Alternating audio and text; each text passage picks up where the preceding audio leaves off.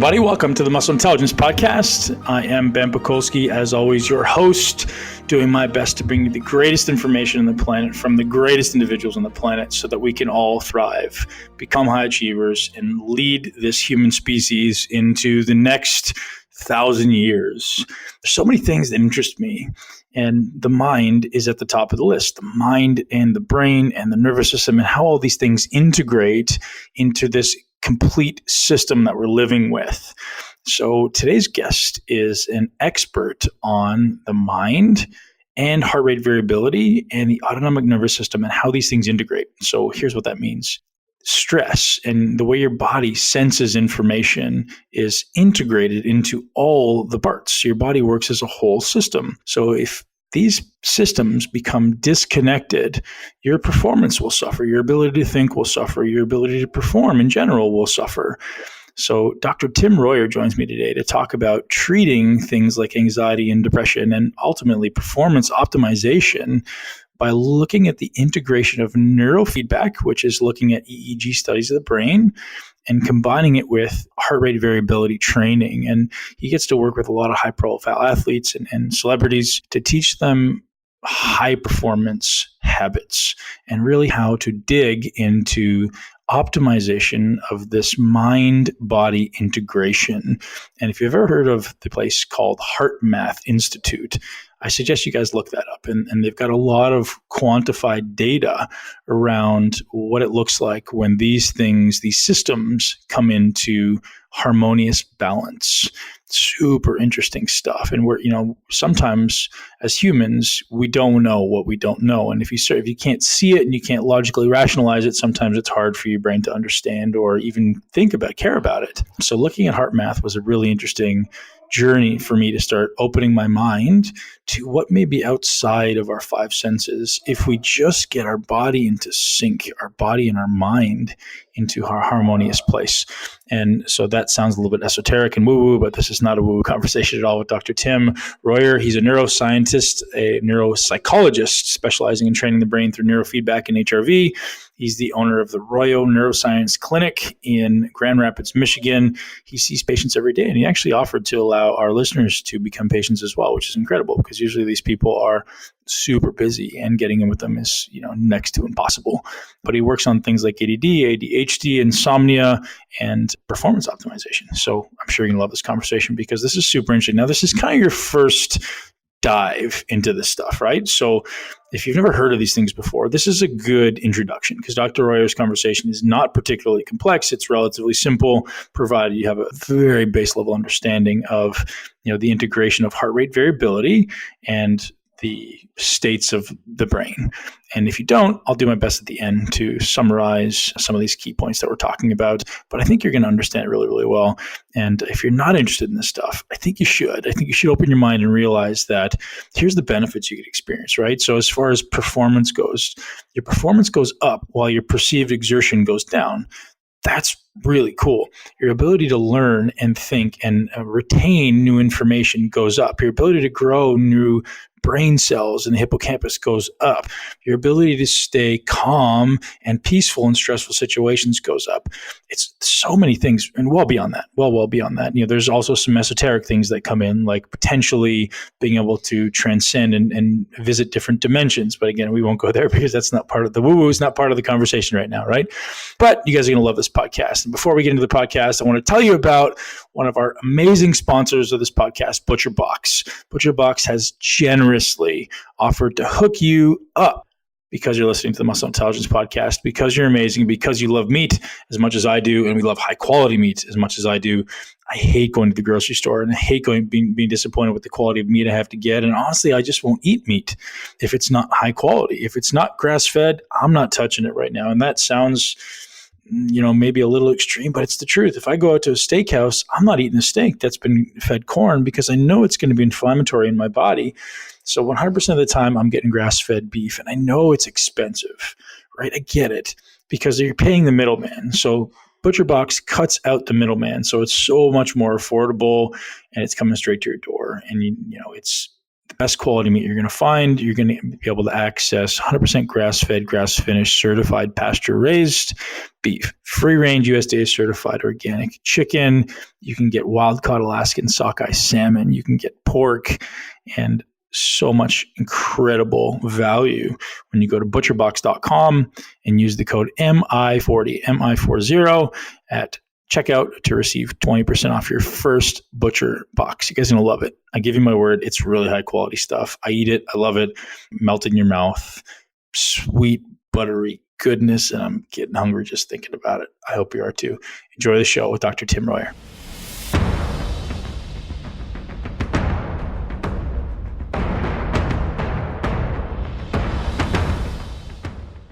You realize, and you know this, it's not just about hard work. And you also mentioned something that some drugs can actually kind of put off the need for the parasympathetic stimulus or balance in the autonomic nervous system. And I love to hear about that because I know after a little bit of research that anabolic steroids do that.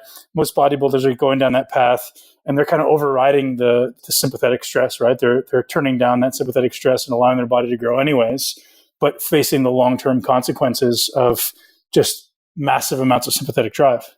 Yep. So you said you wanted to kind of lead us down a path around the energy utilization of the autonomic nervous system, which, to be honest, nobody's ever spoken about before. Like, I got a lot of people talking about the sympathetic, parasympathetic balance and the vagal tone and how to tactically approach that, but nobody's ever talked about, delivering energy to the ATP or the ATP to the actual nervous system, if that we're referring to. So, when you're talking about the brain and the body, it's all electrical current. I mean, the whole thing is driven off of electricity. In order to move my hand, that's a signal that starts up in the sensory motor strip and goes over to my hand, and then muscles, electrical impulse, neurons, neurotransmitters, all that kind of stuff are complex electrical responses that are happening.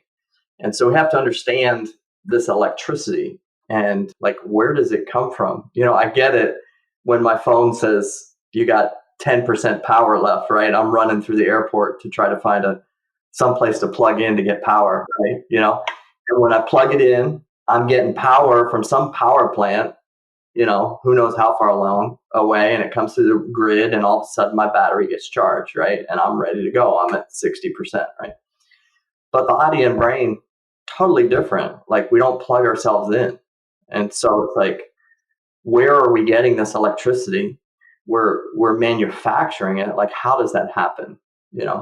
And that's where I like to start is, where does this all come from? And it's not only are we using energy, but we're making it, which is just crazy. We're the most optimal power plant on the planet is the human body. I mean, it's just crazy how efficient it is, right?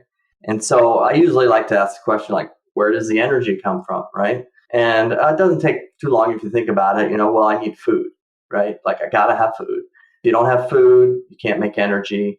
Different types of food. We know about carbohydrates, which are, really fast burners. We know about fats, which are slow burners, proteins, all these different things. They're burning differently, right? And they're energy sources. And nutrition is super important, but I can go a few weeks without food, right? And I'm still alive, the electricity is still humming along. So it's important, but it's not a number one, right? 3, I would put it number 4 as an important resource. And I'd also say the quality of that food is very important. Can I make energy from a Big Mac? Yeah, I can make energy from a Big Mac. But I would raise the question, does the body then seek other forms of food to try to miss the gap that the Big Mac I'd argue that all day for sure, right? Because the analogy I was giving my kids is if you're eating foods that's empty in micronutrients, your body has to literally pull it from other places, and then ends up costing more energy and almost sapping your body of those vital nutrients. Yeah, exactly. And if I'm efficient with that and my food is clean, okay, then my power plant is clean.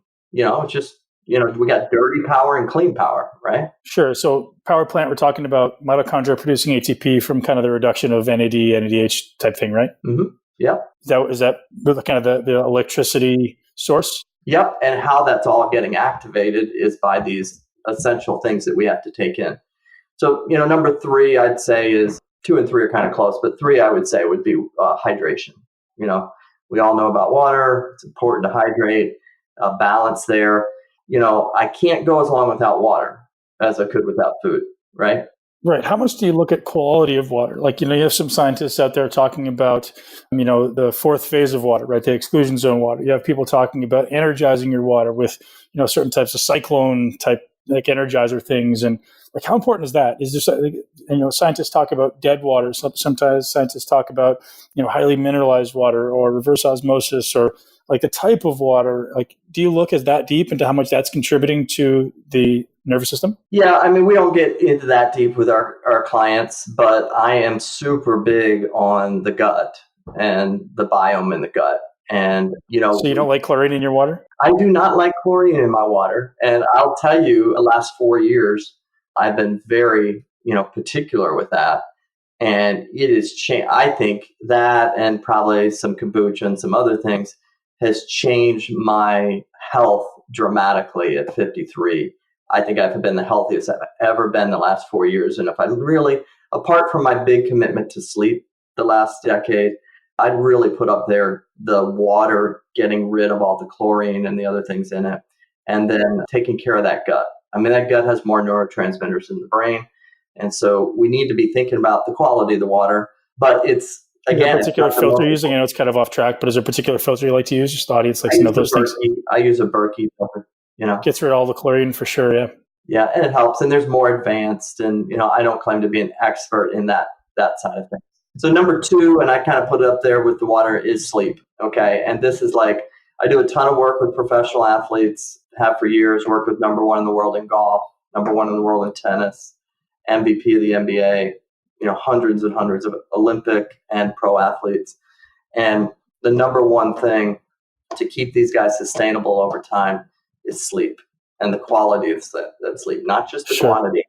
So we're very particular about getting sleep studies. We have a mobile device that we send out to people's home that we're reading EEG all night long. Not, no problem with a movement tracker, those kind of things, but we really want to get live EEG so I can see what the brain's doing. And the big kicker in that is how much deep sleep you're getting in relation to your production of testosterone, your natural production of that.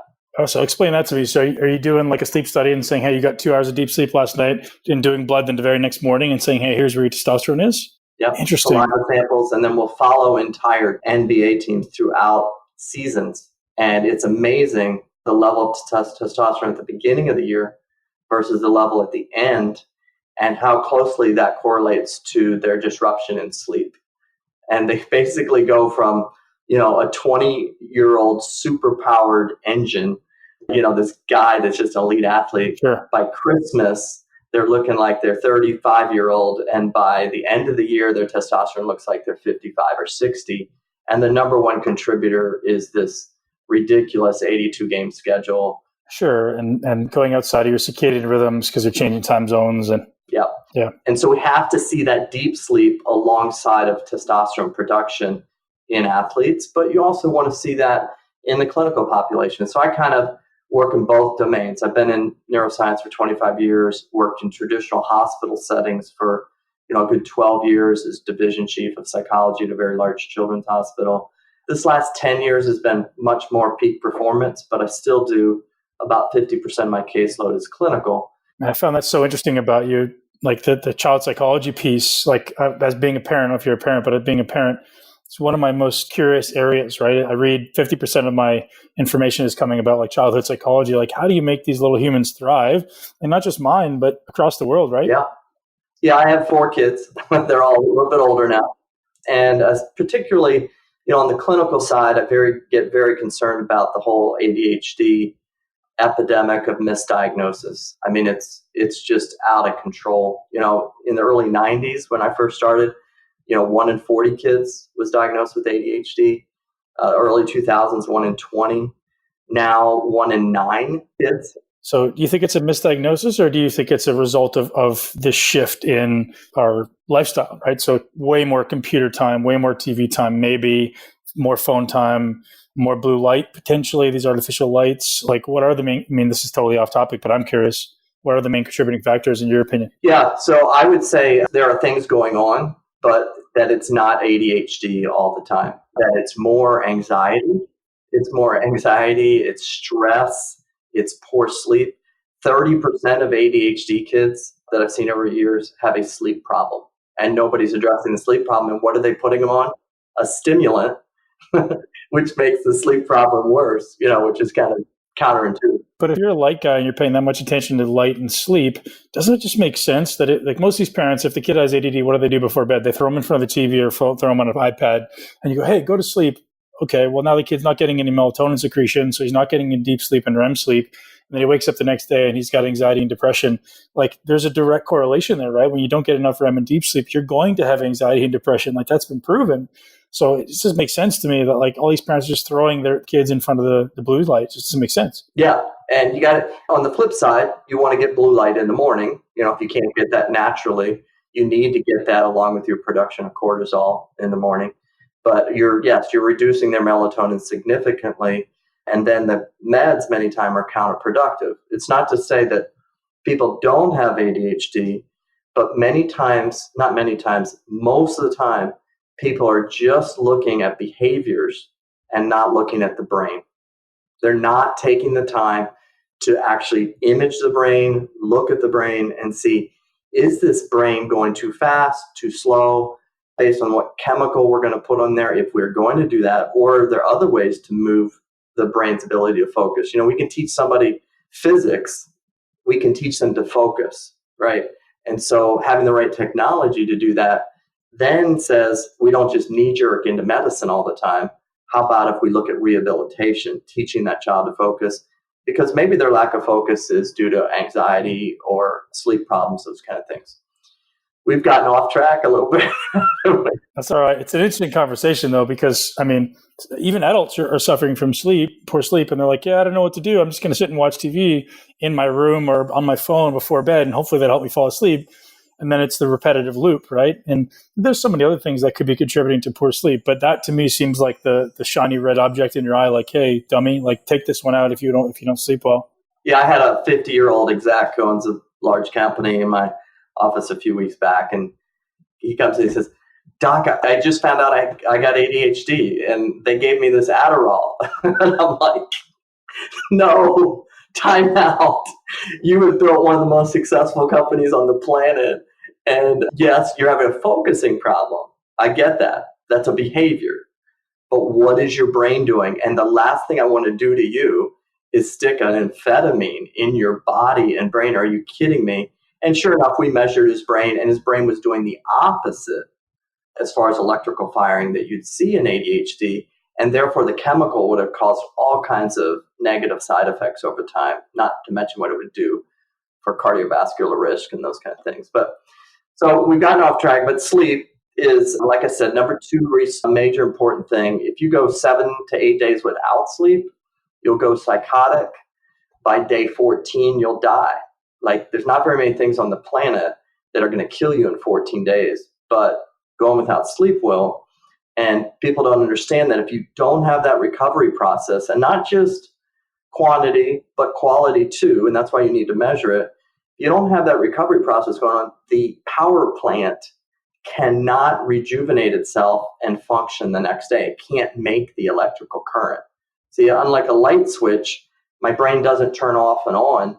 It's always running off of electricity, but it needs these slower waveforms in order to recover, rehabilitate, and get ready to go into the next day. And so sleep, number two, and maybe you can guess what number one is, but I'll go ahead and say it. Number one is oxygen, okay? The energy that we obtain from oxygen is so huge. It's so important. 90% of the energy we make comes from oxygen. We have to have that oxygen. And you just think about it, right? How long can I go without oxygen? A few minutes, right? By the time I get into 4 or 5 minutes, I'd probably give up everything I own to get one more breath of oxygen, right? And you would not believe how many pro athletes, how many executives, how many ADHD people, how many anxiety, sleep problem people don't know anything about working on oxygen production and how they're taking in oxygen and how it relates to things like heart rate variability and ultimately to the brain. And so they're off to a pill, and they're not even working on the 90% that they need to work on, which is oxygen flow. Right. So are you actually looking through like breathing mechanics in people and like breathing cadence and such? Yeah, so we have a device, it's a belt that goes around the waist. It hooks into the same machine that also will measure cardiovascular activity and EEG activity. So it's a small device. I got one right here, about this big, and we can interchange. So I can hook in respiration rates, I can hook in heart rate variability, I can do EEG, and that's a mobile device that people do in their home. And then just like you and I are talking, I train them any place in the world while they have the device hooked up. So we rent out that equipment, they use it, and we teach their mechanics of breathing. But then we also go through the science of it and how the oxygen comes in, how that gets absorbed in our blood system, and then how our heart responds to that, which ultimately can send us into a parasympathetic or sympathetic state.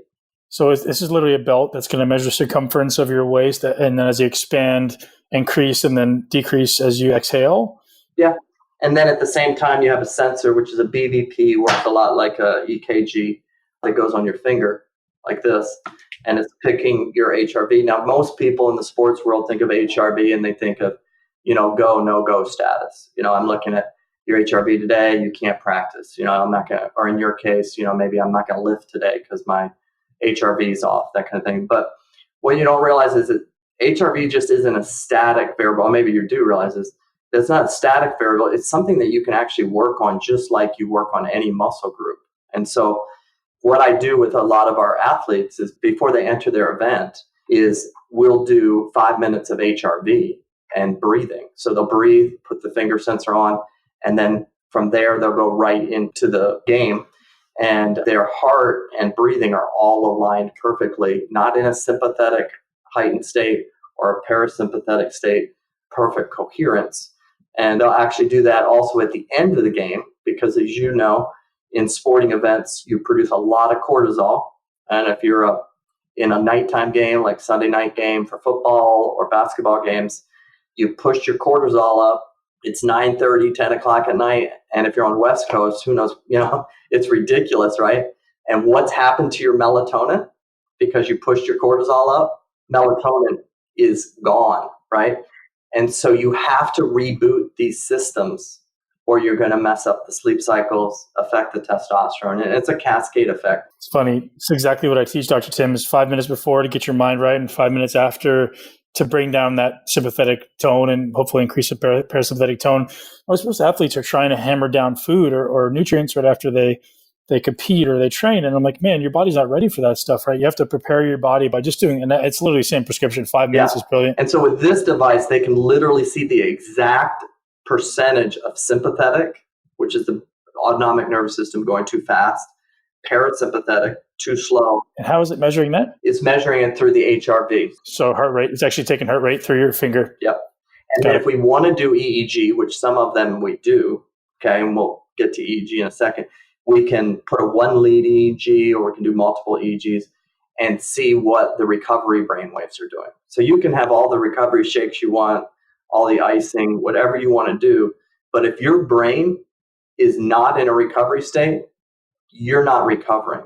And as I tell my athletes, when that bell sounds or that buzzer sounds or the event is over, we start preparing for the next event at that moment in time by breathing, recovering, and get our brain, get the EEG, the electrical current balanced. So talk to me about, you have an athlete that comes off and they can't get their brain down. They're doing the post-workout shakes, they're doing the 5 minutes of breathing.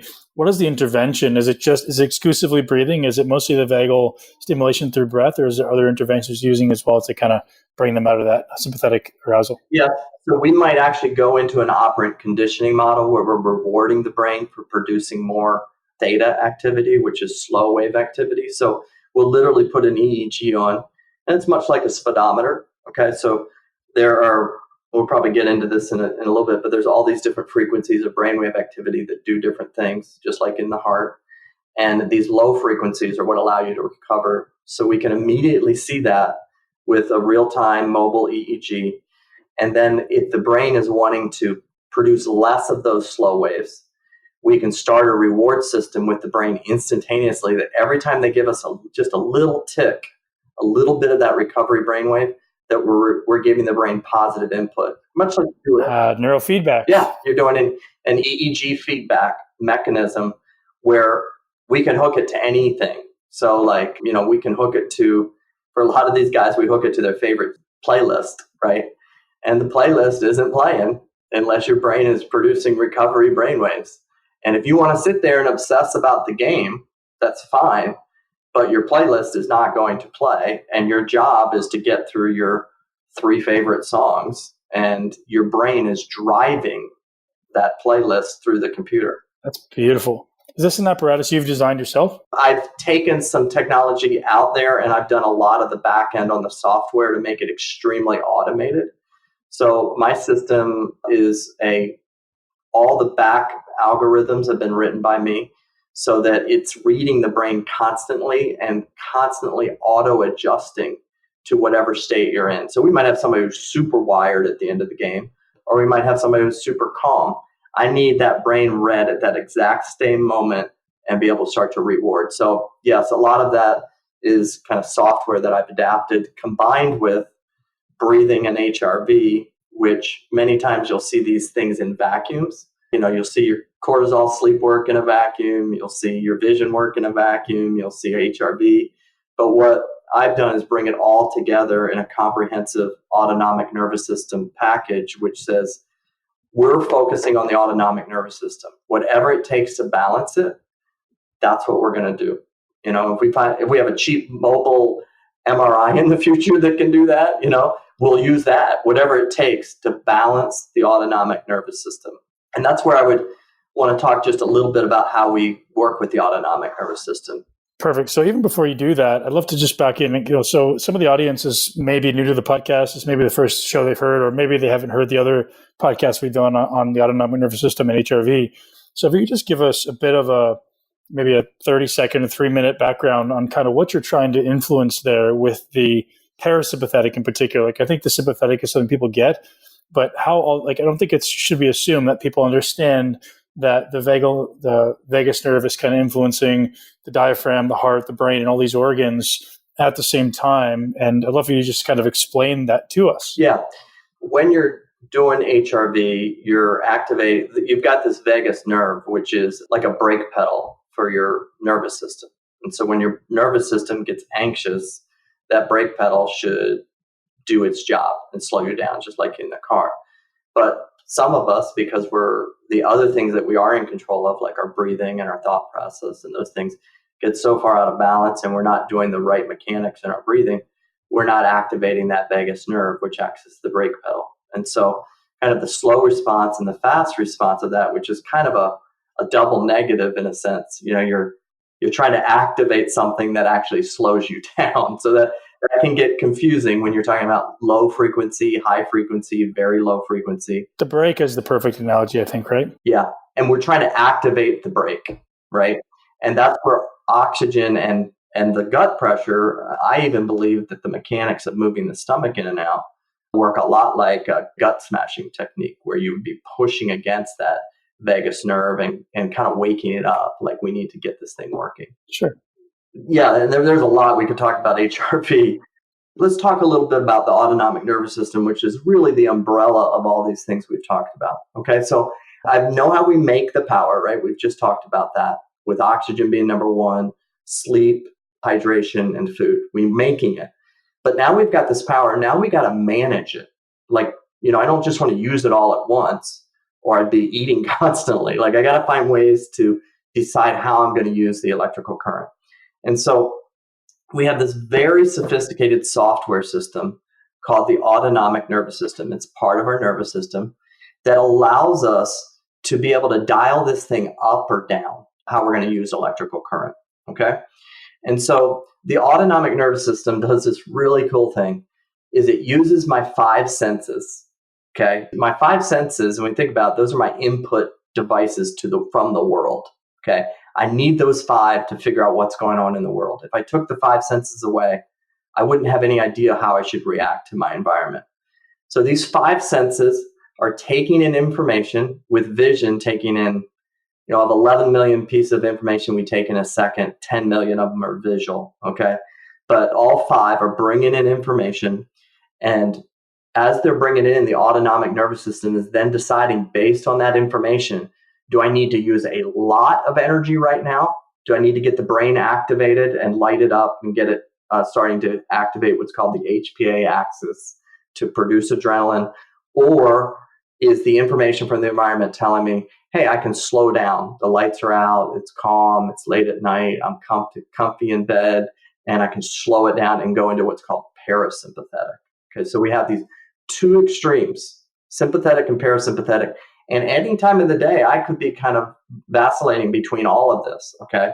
The key is that in the right moments in time, I can keep that perfectly balanced. Okay. When I'm in the fourth quarter and the pressure's on and I need to activate, or I'm in a boardroom as an executive and I need to be spot on with this decision, I don't want to be going too fast in sympathetic because my ability to make decisions gets somewhat compromised. I also don't want to be going too slow, okay? I want to be in this perfect state of balance, okay? And so we need to find that spot, and that's what we want to teach the autonomic nervous system to do, no matter what's going on in the environment, okay? So these five senses come in, the autonomic nervous system then decides how much energy I'm going to use. And what we'd like to hope is that this is always congruent with the environment.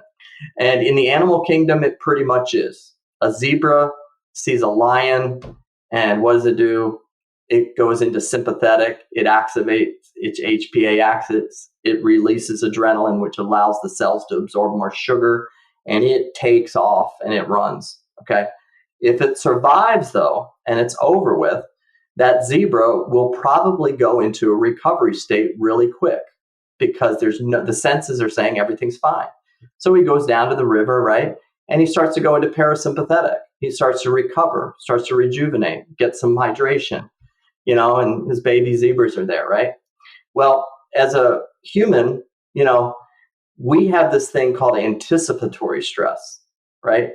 We're not being chased by a lion, but we're worrying so much about what if, that it overrides the sensory input. And now the brain is going into lion chasing mode, even though there's no lion present. And that's what's really causing a majority of this chronic illness that comes out of stress, is this anticipatory override of the autonomic nervous system that's pushing us into sympathetic. And it's the what ifs, or it's looking into the past about the what abouts. And it's an inability to be present and just let those five senses do their thing. And what we're doing is reprogramming the brain. If it's stuck in too much sympathetic or too much parasympathetic, how do we get it out of that spot and bring it back to a state of balance or homeostasis? Does that make sense? Yeah, it's perfect. So pulling it back around to kind of your four main sources of energy, I just want to kind of sum that up and finish it off. When you speak about food and water and sleep and oxygen contributing to our body's ability to produce energy, could you just explain that? So is it as simple as what I mentioned there? Is it just like, hey, all this stuff is necessary in the mitochondria to produce ATP? Or is there another level there that you're referring to that I'm not familiar with? No, I think it's as simple as that, is that we need to be careful of what kind of food we're taking in. And you've had some, great podcasts related to that. I mean, and nutrition is a hot topic right now, right? But we also need to keep that in a sense of balance, right? Like if I'm eating all the great stuff, but I don't know how to breathe correctly, and I'm in a stressful situation and I can't get the right oxygen, and now I'm forcing my heart into a sympathetic state just because I'm anxious, then I could have all the best food in the world and I'm going to have problems with my sleep. I'm going to have problems with my focus. I'm going to have issues in my performance in general. You talked about, bodybuilding, right? My ability to maximize what the amount of work I'm doing is going to really be dependent on how balanced that autonomic nervous system is, right? Yeah. Can you talk a little bit about the contribution of carbon dioxide to, oxygen uptake and tissue utilization, and how that is impacting the autonomic nervous system? Yeah, I mean, we talk a lot about on our exhale, how we're trying to get that out of the system so that we're not getting a lot of absorption of that. So the exhale is super important for us in getting the carbon dioxide out. I really, in that area and some of the things that you're talking about, we don't spend a lot of time in. It's probably more than the EEG at this point is where we would go into. Got it. So there's some interesting stuff you might want to look at that shows increasing your tolerance to carbon dioxide is actually one of the best ways to improve your HRV, actually one of the best ways to improve the synchronicity between your heart and your mind, because your body will be less likely to gasp for air because you're more tolerant to higher levels of carbon dioxide in the system. Super interesting stuff. Yeah, habituate yourself to the exposure of that. Yeah, so I've got. If you're not familiar with Patrick McEwen, he's been on the podcast, and he's actually coming into my gym in 3 weeks and doing a seminar on this. His business is called the Oxygen Advantage, so you guys would get along really well. Yeah. And we're going to be doing some quantification of it, like, hey, what does it look like before the course? And what does it look like after the course? We're actually going to use a capnography machine. So Dr. Micah Hamilton is going to be coming in, and we're going to be doing some pre, during, and post quantification of his processes, which is super interesting and right in alignment with what you're doing, right? Is like, how does this mechanical breathing actually shift your HRV? How does it actually shift the way your heart and your brain work in unison? Yep. It's fantastic. I mean, that makes sense in the habituation of you're trying to increase the tolerance by keeping it in. Makes complete sense. And we planned it. I'd love to look into some of that a little bit more. Super interesting to tie the EEG into that, which is something I don't think we've ever done. So yeah, we'll often check like surface temperature and surface moisture, so you can see someone's stress response. But I don't think we've ever quantified it with the EEG. It'd be super interesting. Yeah, so the EEG is kind of where it all starts. When you're kind of, looking at the brain, when you're looking at this guy, 3.5 pounds, and it's running off of electrical current, but the speed of that electrical current, so the autonomic nervous system going too fast or too slow, impacts the signals that are now sent to all the other systems in the body. Okay, so the command center, if it goes into fight, flight, fright state, okay, and goes into sympathetic, all the other systems are just going to follow suit, okay? And so what happens is this thing lights up. We'll look at an EEG in a second and how we can see when it's on fire, when it's running too fast or too slow. But then it gets a message gets sent down to the hypothalamus. Okay, let's release a chemical to the pituitary gland, which then it releases a chemical to the adrenal glands. And now the adrenal glands are all pushing out all kinds of adrenaline. Okay, but that all starts up in the autonomic nervous system, making a correct interpretation of the environment. Or in some cases, like when I work with military individuals who are special forces, they're in situations that are lion chasing. Okay, there is a lion present in a sense, but we need to be able to override that so that they can stay in a fairly calm, focused state so they can perform at a very high level behind a sniper rifle. So that's even going to another level. And that's kind of what we're doing also with our athletes. When you're sitting over that putt that's worth hundreds of thousands of dollars, yes, that could put you into sympathetic, but we've got to stay balanced, because if the message from the brain now goes to my musculoskeletal system, everything's going to tighten up because I'm going sympathetic.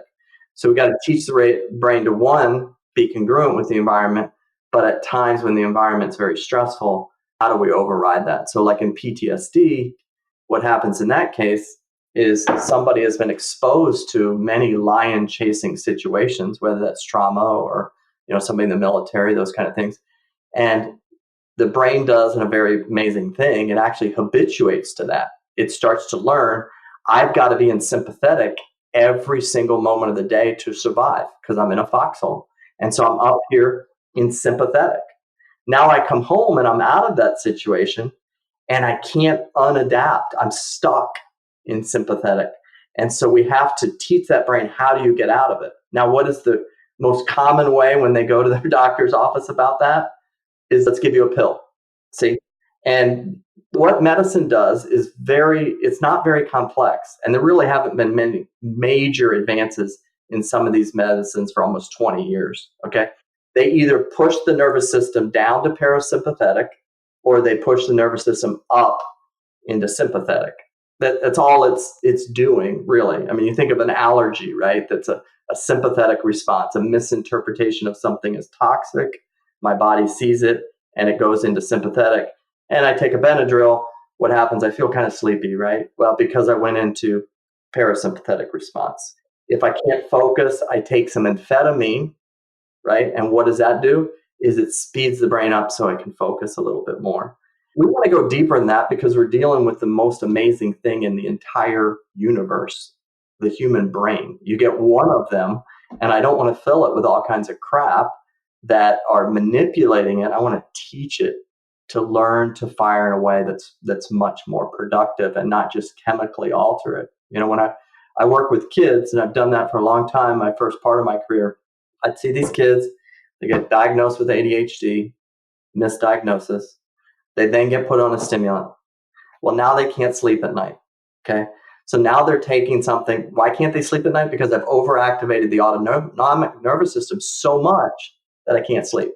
Now I'm in sympathetic at night. So then we get another pill, right? And now that slows the system down, right? And so we've got 2 pills on, upper, downer. We do that for about 6-7 months. And now the child's feeling depressed, anxious, all kinds of things. And then there's a diagnosis of bipolar or something like that.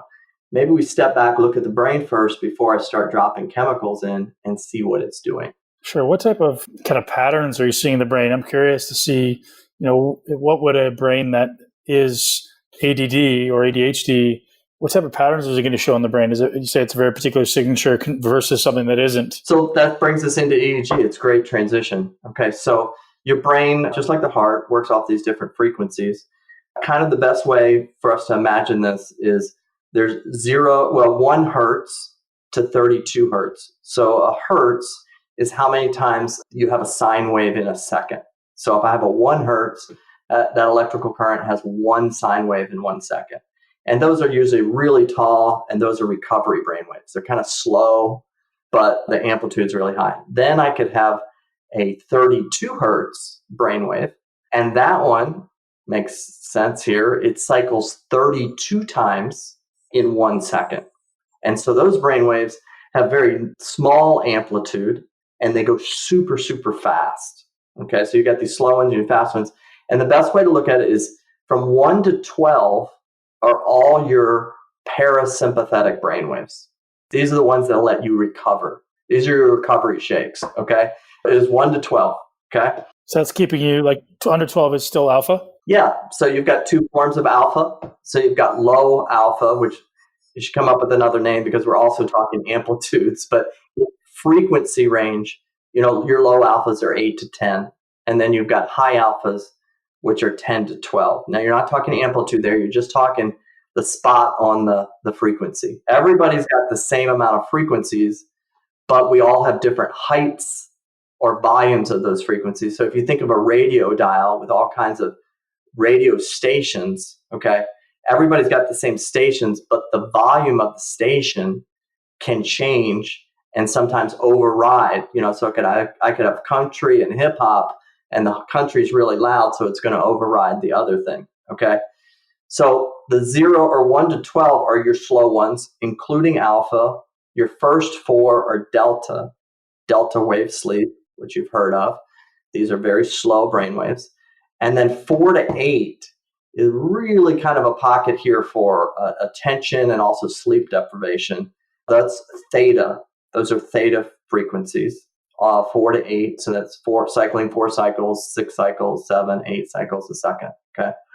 Then from 12 to 15 is like the perfect sweet spot of the brain, okay? This is where the brain, not going too slow, it's not going too fast, and when your brain drops into this state, it's called SMR, in that state is when you find yourself just you accomplish so much so fast. It's like 10 a.m. You're like, how did I get through all this stuff, right? You're in that kind of zone state. Or if you're out on the golf green, you're like, everything's going in the cup. And you're like, I don't even need to think about it. I'm just like, boom.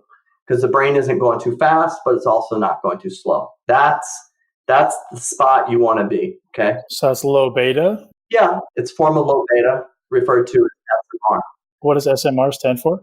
Sensory motor rhythm. It's different than the other brainwaves because it wasn't really discovered until the late 60s, early 70s in UCLA in studies of cats when they're hunting. Okay, they get into this state where they're super calm but not super fast. Okay, they're right in this perfect state of focus. So it's like flow, right? Yeah, exactly. You would call it flow state. When I have EEGs hooked up to athletes when they're playing, practicing, and you can see the guy when he's hitting the three-pointer over and over again. The brain is just giving you a lot of this SMR. 16 to 20 is also considered low beta. Those are all kind of middle brain waves, okay? They're very good for you, 12 to 20. But now when I start to use an overabundance of brain waves above 20, now I'm getting into high beta, okay? So it's a form of beta, but it's really fast. And these are all my sympathetic brain waves, okay? These are the ones that if I see the lion, I need to use because they give me short burst of energy, adrenaline production, and I can get it accomplished. I don't need to be using those at 12 o'clock at night when I'm laying in bed and I'm trying to sleep, right? Right, watching the murder mystery on TV. And yeah, I've got the iPad right in my face. My melatonin is gone completely, right? My cortisol's up. I don't want to use those because you remember where sleep was? Sleep's all the way down in the low frequencies. And so I can't get down there. So what do? Reach for an ambient, right? And does that take you there? Sort of, but it isn't really getting into the right stages of sleep that you need to get into, right? So when you start to look at different conditions, they actually come from an overabundance of these brainwaves in their extreme, okay? I just mentioned it, sleep problems, okay, is a person who at night, they're producing high volumes of high beta activity. That station, those radio stations up at the high end are all turned up really loud. And they're worrying about stuff. And now they're worrying about the fact that they're not sleeping and they have to get up at 6 a.m. And so they're worrying more. A lot of high beta, right? Your anxiety disorders, PTSD, obsessive compulsive disorder, addictions, all of these things come out of these fast states, okay? And many times people who think that they have ADHD or their behaviors display a focusing problem, they are having problems focusing, but it's because these high brain waves are activated. And the last thing I want to do is put a stimulant or an amphetamine in there. And that's when somebody takes a medicine that they probably shouldn't because you didn't look at the brain. And now they're having side effects of can't sleep at night, decreased appetite. So what brainwave patterns would you see in someone who is diagnosed with ADHD or ADD? Yeah. Well, and it seems counterintuitive because you're thinking, well, this person's bouncing all over the place. But what's happening is those theta waves, okay, get super high. And then the brain waves that cause our impulse control, which is 16 to 20, they start to get really low, okay? And so the theta starts to override the brain so that the brain is checking out more often than it should.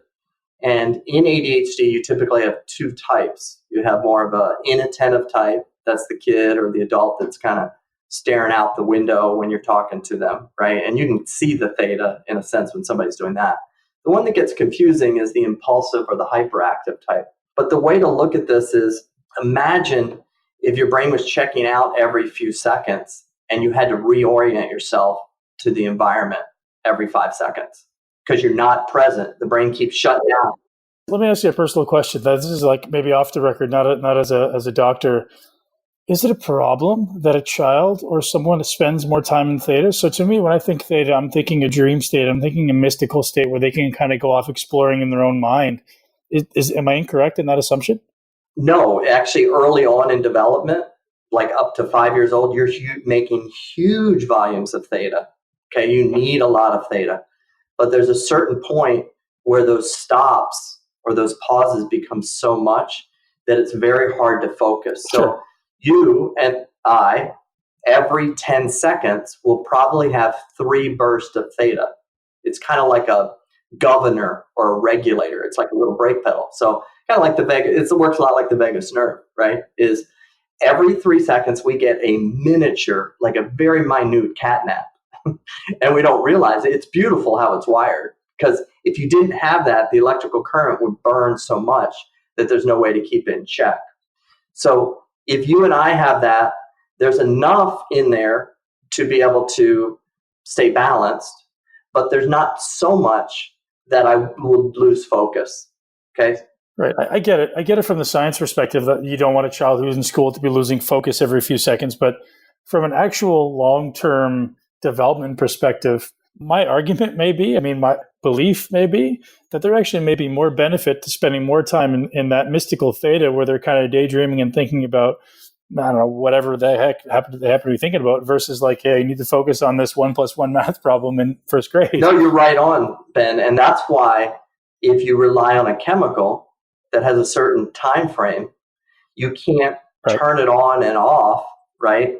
And so you're not teaching that child how to use that and how not to use it. So it's very interesting. Some of the greatest athletes that I've worked with, like MVP of the NBA, that kind of thing, is they actually have a little bit more higher theta than their question. They're daydreamers, man. All the people who change the world seem to be like they're the guys staring off into space. You're like, hey, wake up. But that's where they're doing their thinking, right? That's where their brain is developing. They're being creative, and we're trying to beat that out of them. Right. But the beauty of them is they've learned, or I've showed them through technology, how to be able to turn that on and off. Okay. So there's one guy in particular who's just known for performing in the last. You're going to give him the ball for that last shot at the end of every NBA game. You're just going to do it.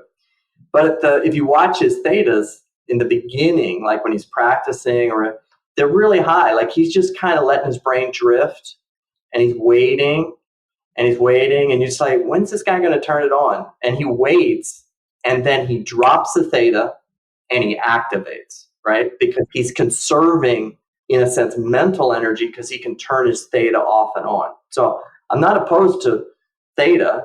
Theta is a good thing, but the inability to turn it on and off creates problems for that child when they hit school and somebody says, okay, we need you to do this. And the answer then is, well, he's not paying attention, give him an amphetamine. And I would say the answer is, yeah, but maybe that's the problem with the school system rather than the child, right? And I would say, let's teach him to turn that off and on. Let's not get rid of it for the rest of his life and then create an adult sleep problem, because now he can't make theta when he needs to when he's 25 or 30 or 45. Super interesting.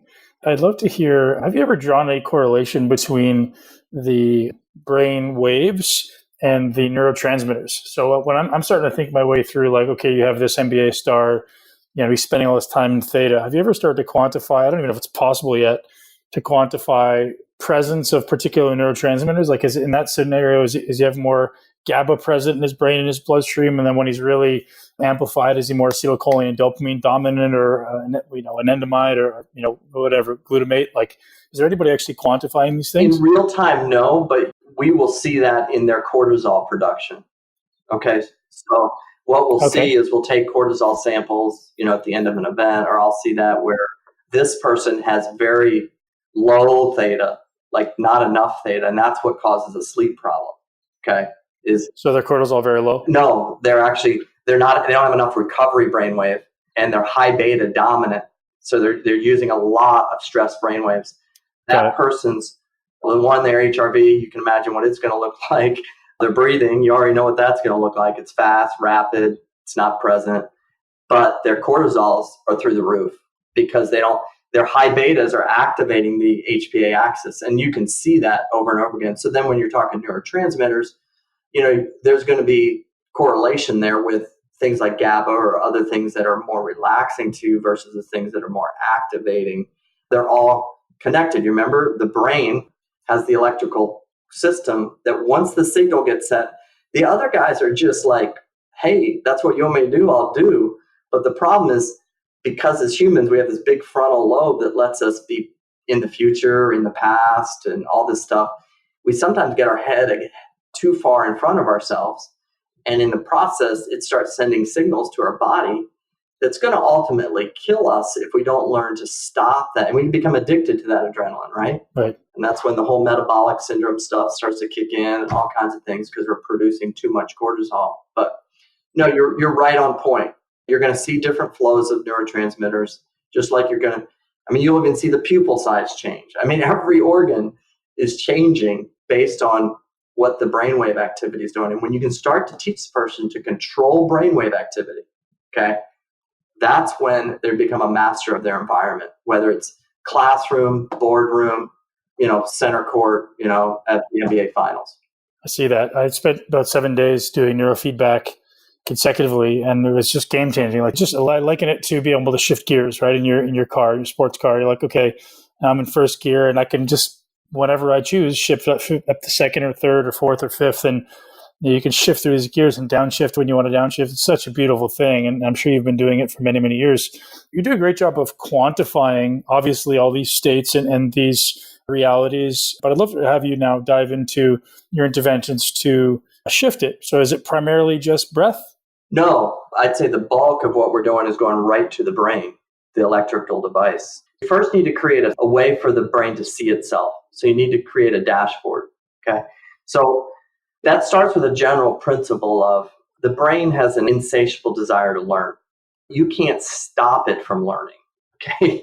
Right now, I'm learning things about you, you're learning things about me, and we are learning. Okay. Learning is far more powerful than any chemical or anything out there, right? And so we need to engage the brain in an activity of learning, which is its greatest strength. And in order to do that, the brain needs data.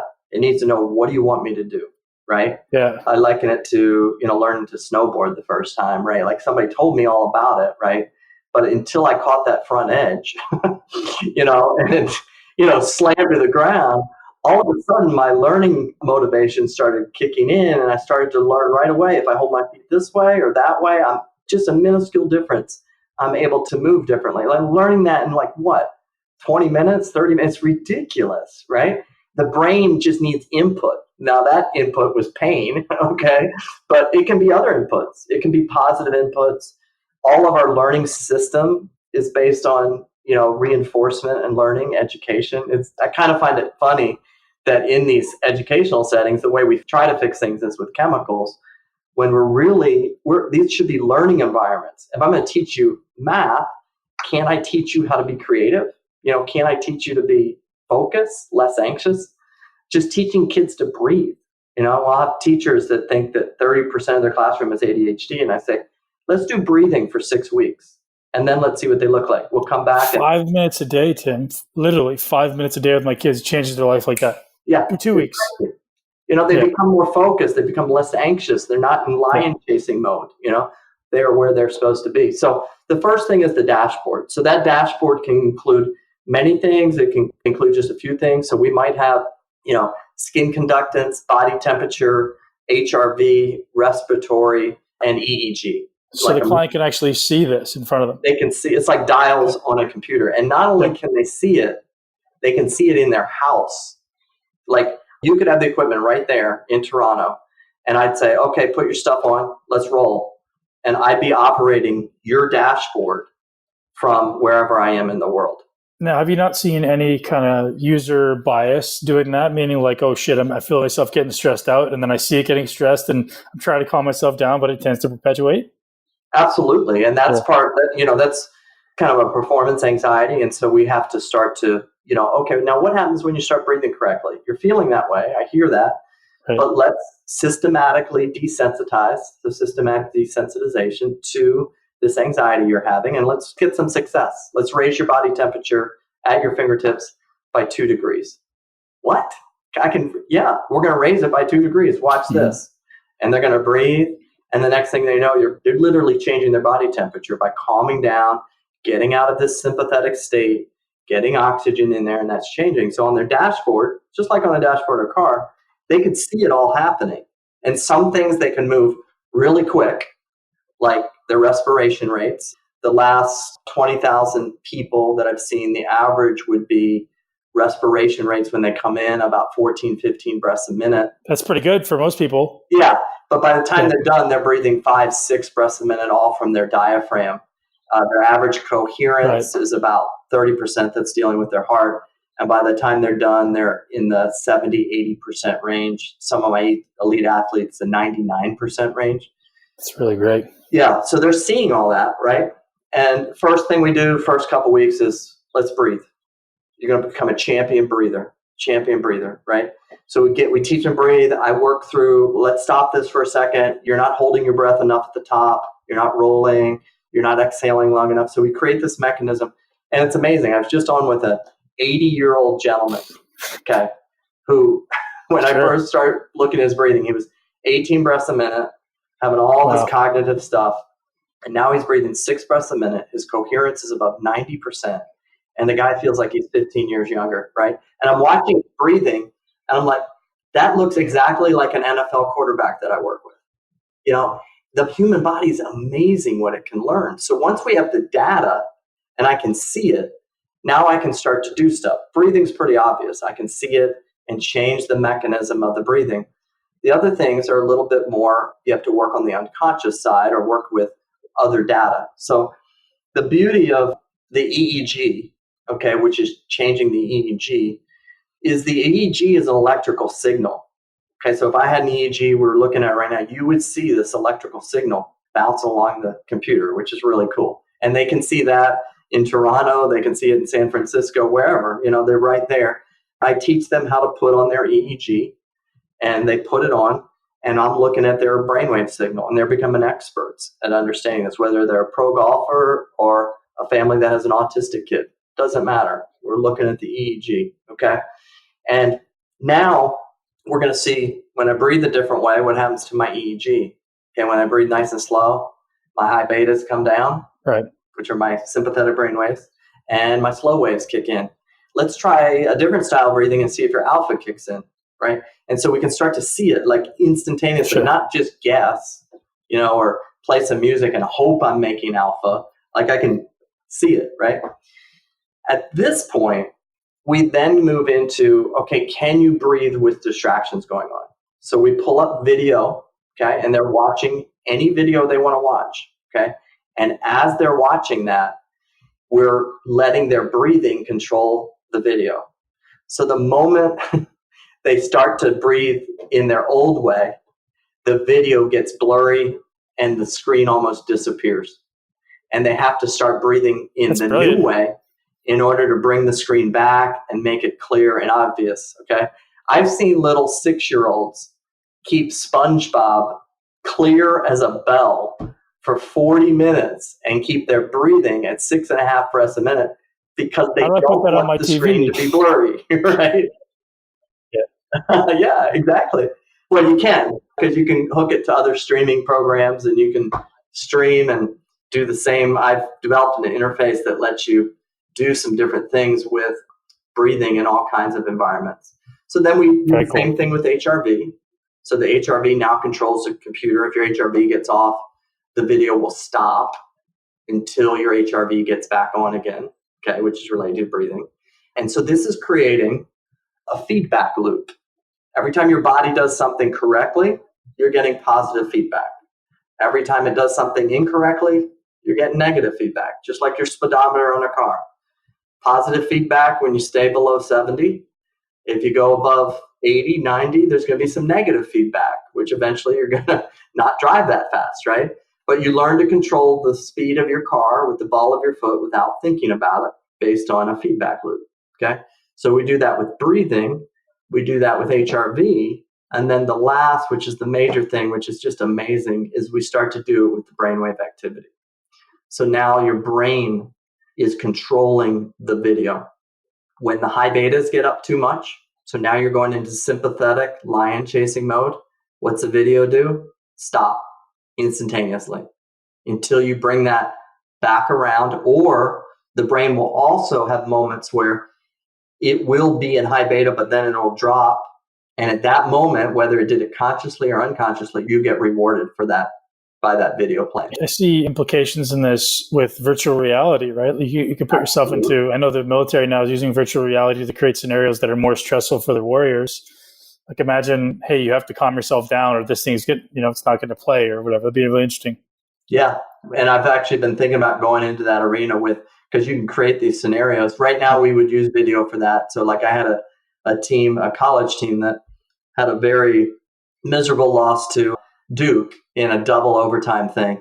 And so I was working with the whole team, and the coach for the whole semester I worked with them, the coach made them watch that Duke game for all of their sessions. So they couldn't watch, Band of Brothers or something else.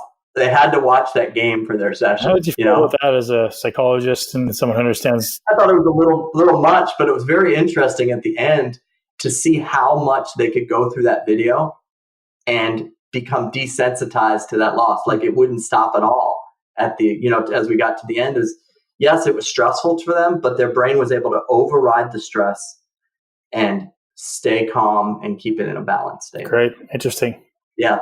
So all of that is you're going into operant conditioning, biofeedback mechanisms, and multiple mechanisms. At the same time, we'll also be measuring hormones.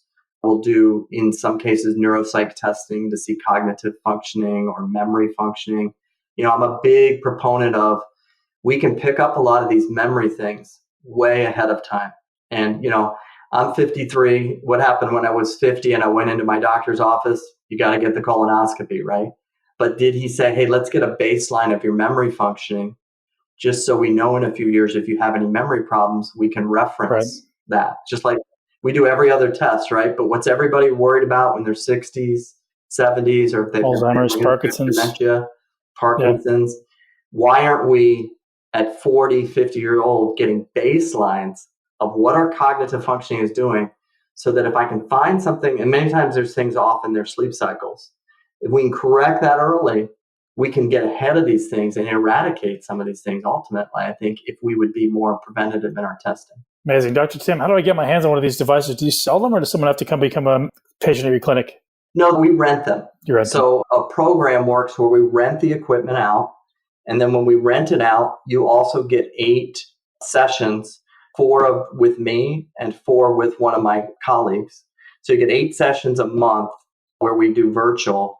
And then the beauty of it, which I love, and this is why I've been doing this for a long time, this is the most effective system, is rather than charging you for session, you're renting it for the month. So you can use it unlimited. And so what I'm teaching you initially is here's how you use it. Between session on Monday and Friday, I want you to run 5 sessions. Okay. And then all your data gets logged and I can review it on Friday with you. Okay, great. We're going to tweak this, and you can burn that equipment out. So I have some athletes in their off season, they'll run 2 hours a day and they'll just be burning that equipment out. So it's a one-time rental charge for the month, which includes all your clinical time, all those things. And then I say before you start, you should get an assessment. And so the assessment involves looking at the EEG in multiple areas, cardiovascular, respiratory, and then 3 nights of a sleep study.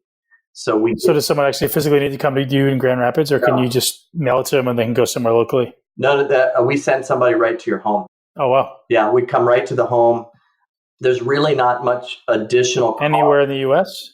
Yeah, we actually have been outside the United States. So we'll go, and what we say is the assessment cost is the same, but you're just paying for the staff person travel to come to you. And then from there, everything's done virtual. So when the staff person's there, I will do the assessment with you this way, just like we're talking, and I'll be looking at your screen and explaining things to you. We're big on education. And I tell people, kick the tires. And if you're not asking questions from me, be asking questions of your doctor. What is the exit strategy for my Ambien? What's the exit strategy? Isn't that a good question, right? Or for my Adderall, right? Yeah. For your kids, if you got a kid at home that's got Adderall and he's 7, what's the exit strategy for his Adderall? Because you're dealing with the most amazing thing in the entire universe. And the answer is he just does this forever. So, let me ask you this. I have some executives I work with who are all on Adderall. Not all, but many. And they just correlate that with, hey, this is my edge. This is how I become successful. And they're starting to get to the point now where I'm like, man, your health is going to start to see, it already is starting to see a decline. What is the strategy to get off? Is it getting these EEG studies and correlating with HRV and breath? Yeah. In order to move the nervous system, there's 2 different ways to move the nervous system. You remember, we're going back to the autonomic nervous system. That's what it's all about, right? And so the Adderall is moving the nervous system in a way that's activating epinephrine and dopamine, okay? And it's activating that chemically, okay? And that's a ligand-gated change. It's changing the chemical production. But once it wears off, you're right back. So you can take Adderall for 30 years and stop taking it, and you're right back where you started 30 years earlier, okay? It's not like you fixed anything, right? But it didn't make anything worse. It could make a lot of things worse. It could make your sleep cycle worse. It's going to do all kinds of things to your metabolism. I mean, it's not just affecting one area of your brain, it's affecting your whole body. So what is long-term amphetamine use? I've even seen times where I see areas of the brain that I was wondering, was that area affected because of the Adderall, not because of a brain injury, right? Right. So we don't know that completely, but I see these patterns in these long-time users that it's like, wait a minute. So you have a ligand-gated change, which is only, going to last as long as the chemical's in there, and there's no absolute change over time. And then you've got a voltage-gated change. And that's how we learn, right? Like, how to ride a bike.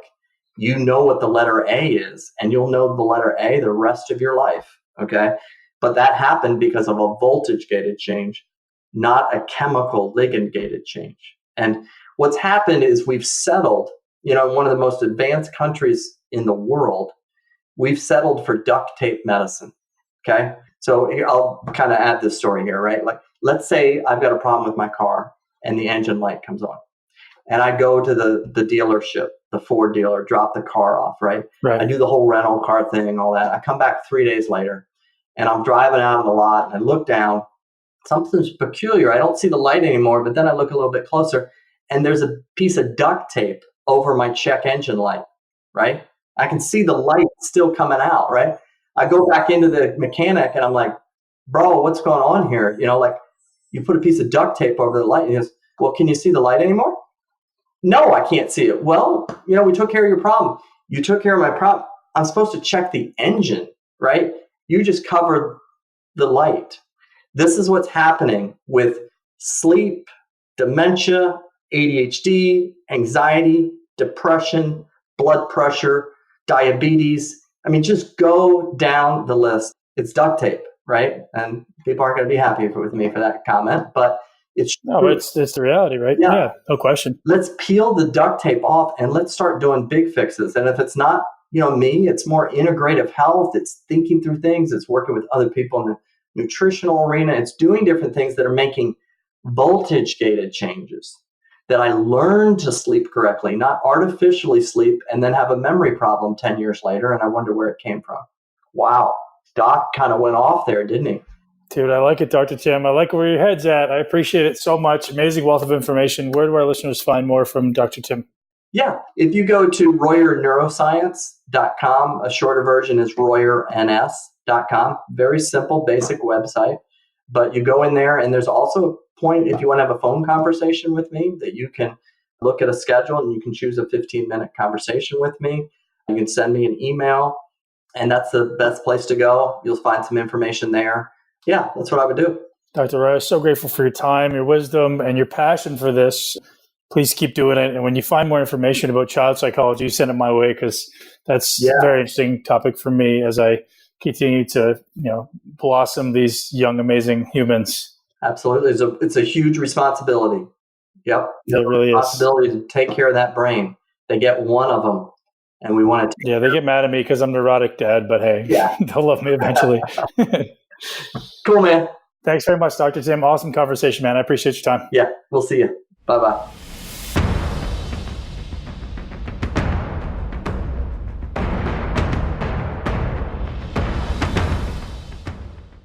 And that's a wrap, ladies and gents. Thank you very much for tuning into the Muscle Intelligence Podcast. I want to give a shout out to our sponsor, ButcherBox, before I summarize this podcast for you. So ButcherBox has generously offered to hook us up with $20 off our first order of ButcherBox. And that's actually quite a lot. So you can thank me for that later. Thank ButcherBox for that now by going over to butcherbox.com and using the code MI40 to get $20 off your first order at ButcherBox. So conversation with Dr. Tim Royer. Understanding these brain states is vital. And I think he did a really good job of talking about, how your brain enters these different states of delta waves and theta waves and alpha waves and beta waves, and how those affect your thought patterns. So, if you're in a high state of beta, it's typically very, very high thought. It's probably a little bit stressed. Alpha tends to be a little bit more calm, a little bit more creative, tends to be a little more meditative. Theta is that phase just before sleep where you kind of know you're awake, but you're kind of asleep. And delta is suggested to be deep sleep. And learning how to integrate these things with the rate of your breath, the rate of your heart, evidently has tremendous implications in optimizing function of these systems. And it makes sense, right? Because they're both electrical systems. They're both dependent on an electrical signal. And if they're giving opposing or differing signals and they're not in a harmonious balance, it makes sense that they won't function optimally. Each system may be affected by the other in some negative way. So to bring these things into harmonious balance with, actually quantifying your EEG and then learning how to breathe, learning how to slow down, learning how to relax muscle tone, relax your mind is so vital. It's almost getting me into a meditative state just thinking about it. I want to slow down. I want to calm down. I want to relax the muscles of my face, neck, and shoulders and allow my brain to come into harmony before I step into any scenario in my life. And this is how I create my mind, right? This is how I create my brain. And I talk to people about that a lot of time is, this idea of creating your mind before you step into a scenario, before you step into, your work, before you step into your home with your family.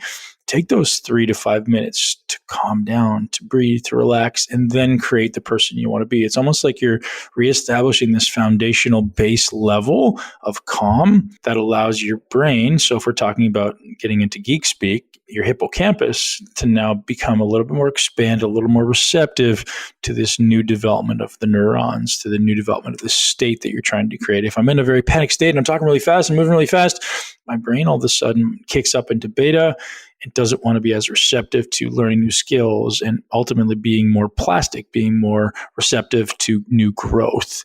So pay attention to your words, to your breath, to your thoughts. Have a great day. Live your greatest life in a body that you absolutely love. Cheers. Thank you so much for tuning into Muscle Intelligence. If you enjoyed today's episode, please be sure to share it with at least one person you know. Make sure you're subscribed so you never miss an episode. This podcast is for information purposes only. The statements and views on this podcast are not medical advice. This podcast, including Ben Pekulski and the producers, disclaim responsibility for any possible adverse effects from the use of information contained herein. Opinions of guests are their own, and this podcast does not endorse or accept responsibility for statements made by guests. This podcast does not make any representations or warranties about guest qualifications or credibility. This podcast may contain paid endorsements or advertisements for products or services. Individuals on this podcast may have a direct or indirect financial interest in products or services referred to herein. If you think you have a medical problem, consult a licensed physician.